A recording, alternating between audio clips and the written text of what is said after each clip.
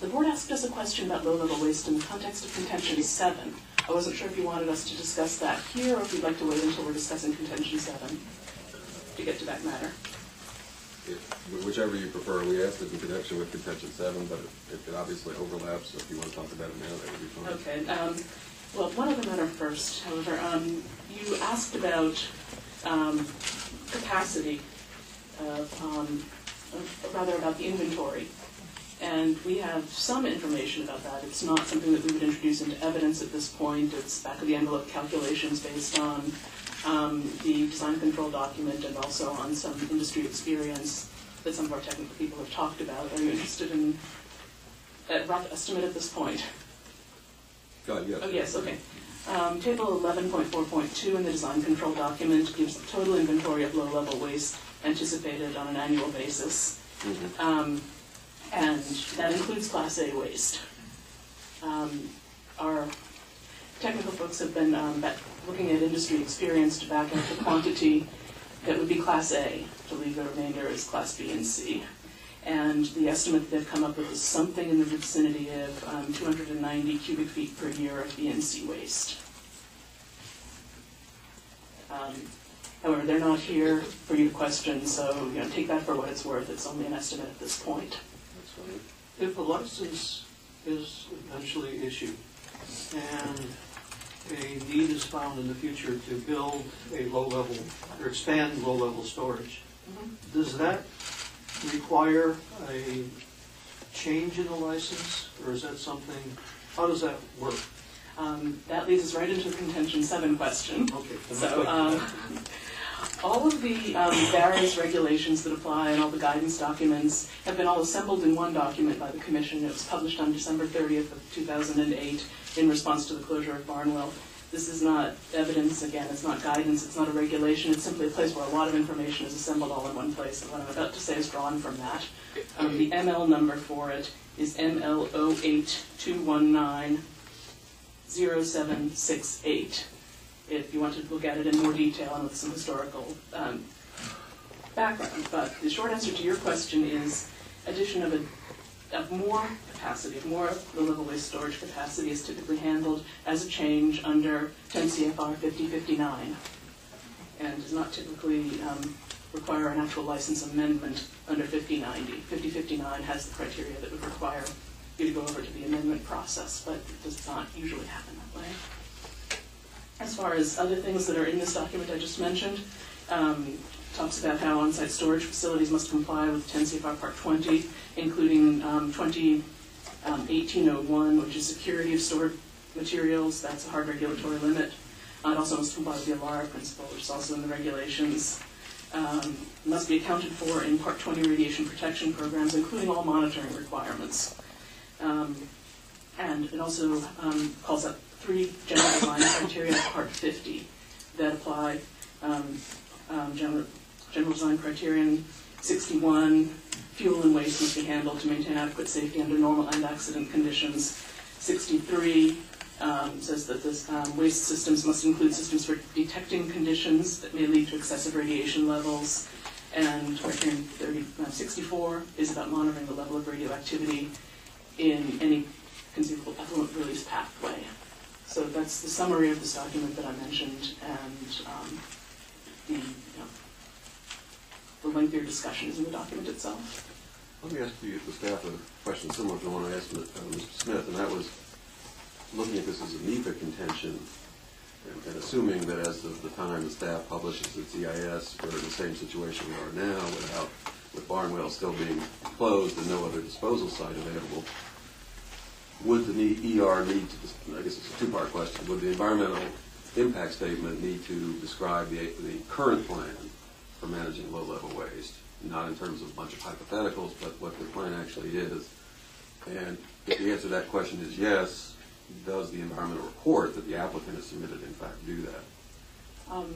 As I recall, the environmental report currently refers readers over to the FSAR, which is Part 2 rather than Part 3 of the application. And so the substance isn't there, it's an incorporation process. And I would imagine that staff review documents would do something similar, rather than simply restate the same information, that they would then take it to the next step and look at any consequences that might occur, assuming that any were identified. Okay. Anything further from the staff on contention 3? Not unless you have any further questions. All right, from the petitioners, do you have any rebuttal on contention 3?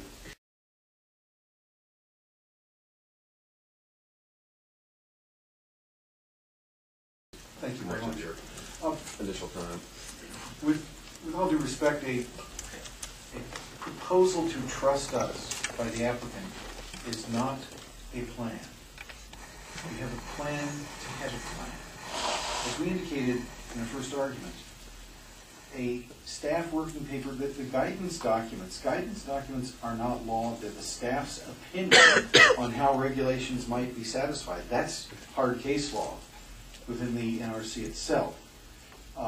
And thus to simply offer a shopping list of statutes or regulations to which the applicant might wish to comply without selecting a direction, without offering the public in the NEPA document the hard look to critique and comment upon and possibly offer better guidance is meaningless.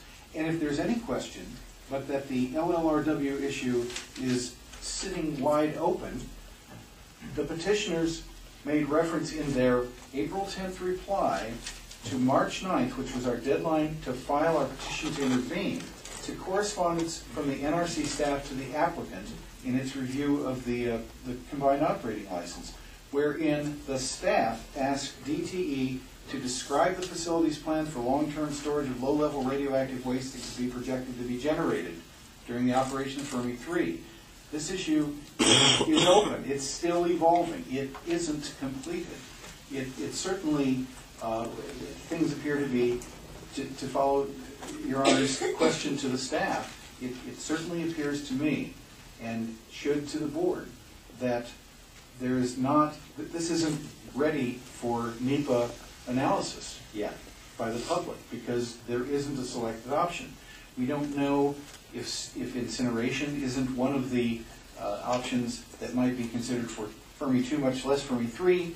We don't know what the projected or anticipated levels of radioactivity of the 290 how can they quantify the amount and not be able at the same time to give us some information about the possible radiation?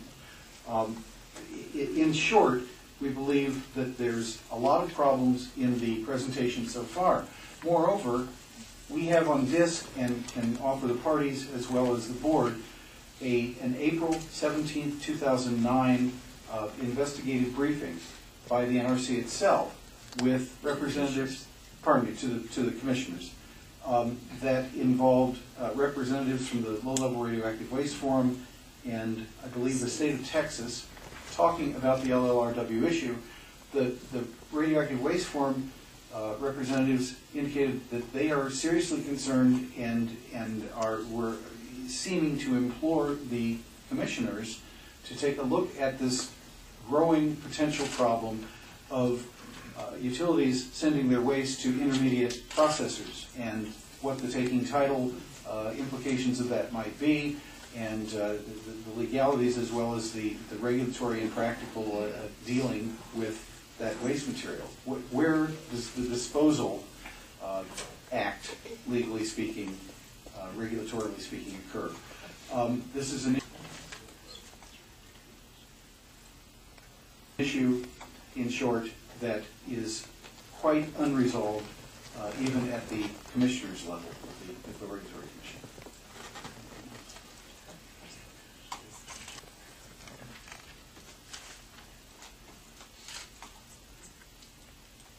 The scheme that the applicant is proposing for storage has difficulties essentially at every stage that must be clarified, must be disclosed, and must be available for some exterior analysis by the public.